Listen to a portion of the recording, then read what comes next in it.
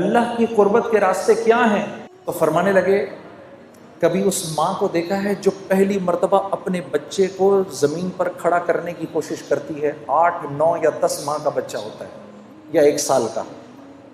جب اس کو پہلی دفعہ کھڑا کرتی ہے تو اپنی دونوں انگلیاں اس کے ہاتھ میں دیتی ہے، پھر اپنے ہاتھ چھڑوا کے پیچھے ہو جاتی ہے.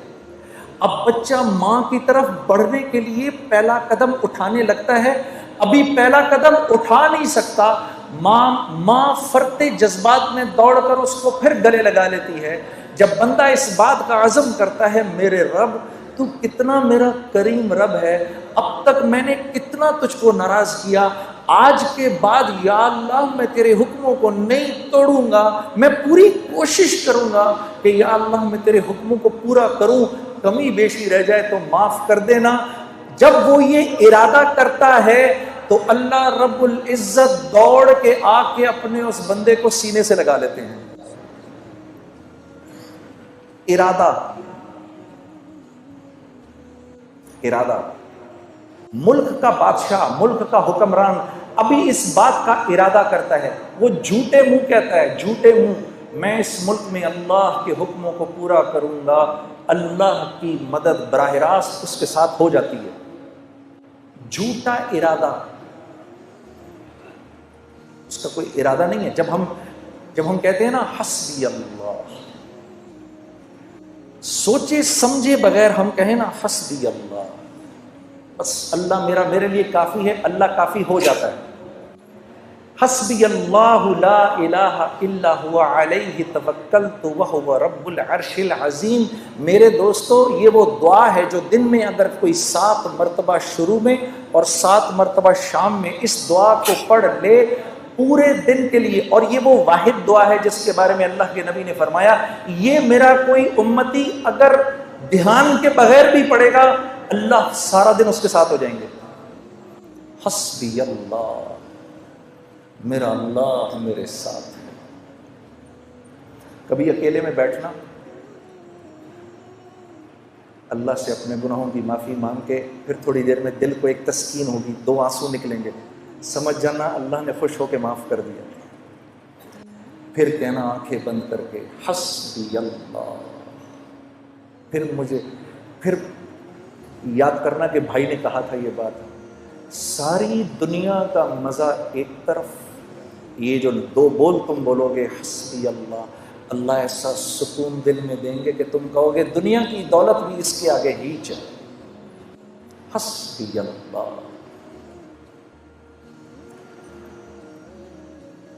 تو ہمارا مسئلہ نیکیاں کرنا نہیں ہے. نیکیاں تو ہیں، دیکھو کتنا بڑا مجمع آ گیا جمعہ پڑھنے کے لیے، باہر بھی کتنے بیٹھے ہیں. ہمارا مسئلہ نیکیاں کرنا نہیں ہے، ہمارا مسئلہ برائی سے بچنا ہے. برائی سے نہیں بچا جاتا. برائی سے بچنے کا کیا مطلب ہے؟ کیا گناہ نہیں ہوں گے؟ نہیں، گناہ ہوں گے. برائی سے متقی کون ہے؟ وہ جو گناہ نہیں کرتا؟ نہیں، متقی تو وہ ہے جو گناہ کرتا ہے فوراً معافی مانگ لیتا ہے، یہ متقی ہے. گناہ کیا معافی مانگ لو، اللہ مجھے معاف کر دے، معاف ہو گیا. پھر گناہ ہوا، یا اللہ مجھے معاف کر دے، پھر معاف ہو گیا، یا اللہ معاف کر دے. کرتے کرتے کرتے اللہ رب العزت ایک وقت آتا ہے، اللہ فرماتے ہیں میرے بندے چل دیکھتے ہیں کہ تو معافی مانگ کے تھکتا ہے یا ہم معاف کر کے تھکتے ہیں. تو معافی مانگ مانگ کے تھک جائے گا، ہم معاف کر کے نہیں تھکیں گے. یہ تو ہم اللہ کو پہچانتے نہیں. آپ دیکھو یہ اسکول میں تو سبھی گئے ہیں، 8 بجے کا ٹائم، بھائی 8 بجے اسکول میں جانا ہے، 8 بجے نہیں پہنچو گے تو کیا ہو جائے گا؟ گیٹ بند ہو جائے گے. اس کے بعد گھسنے دیں گے اندر؟ نہیں گھسنے دیں گے. چلو بھائی باہر نکلو ادھر سے، گھر جاؤ. اب ادھر مؤذن اذان دیتا ہے، اللہ اکبر اللہ اکبر. اس رب سے بڑا کوئی نہیں ہے،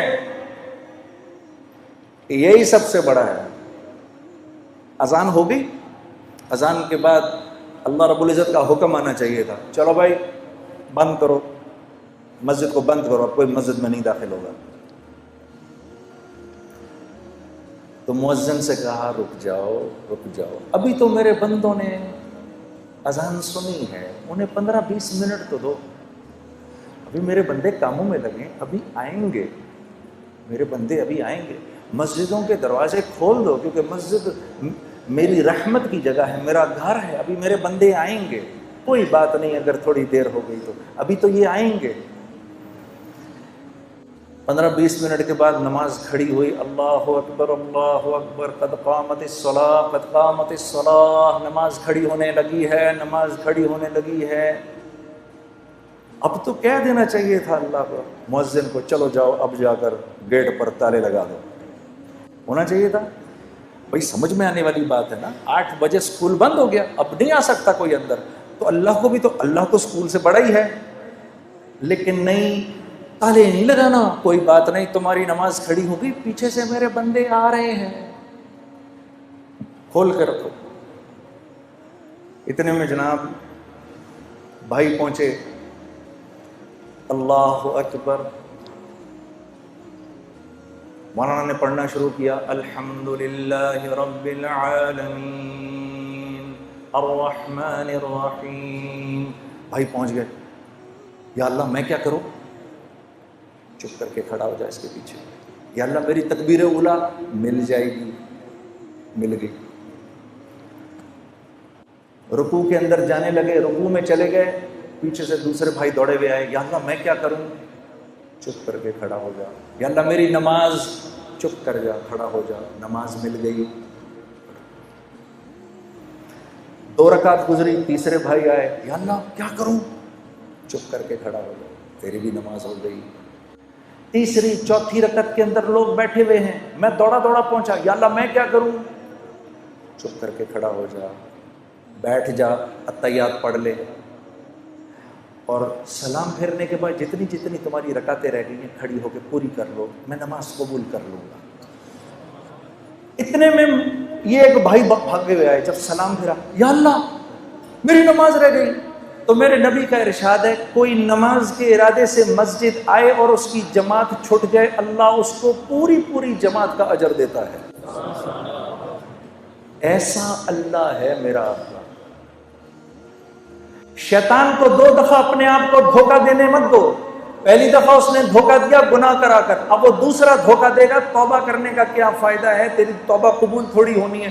اس کو بولو، اے بدبخت، جب تجھ کو اللہ نے نکالا تھا جنت سے، تو نے 10 دعائیں مانگی، اللہ نے ساری پوری کی، تو میں تو اس کا فرما بردار ہوں، میں تو کلمہ گو ہوں، اگر میں مان پڑوں گا تو میری نہیں مانے گا۔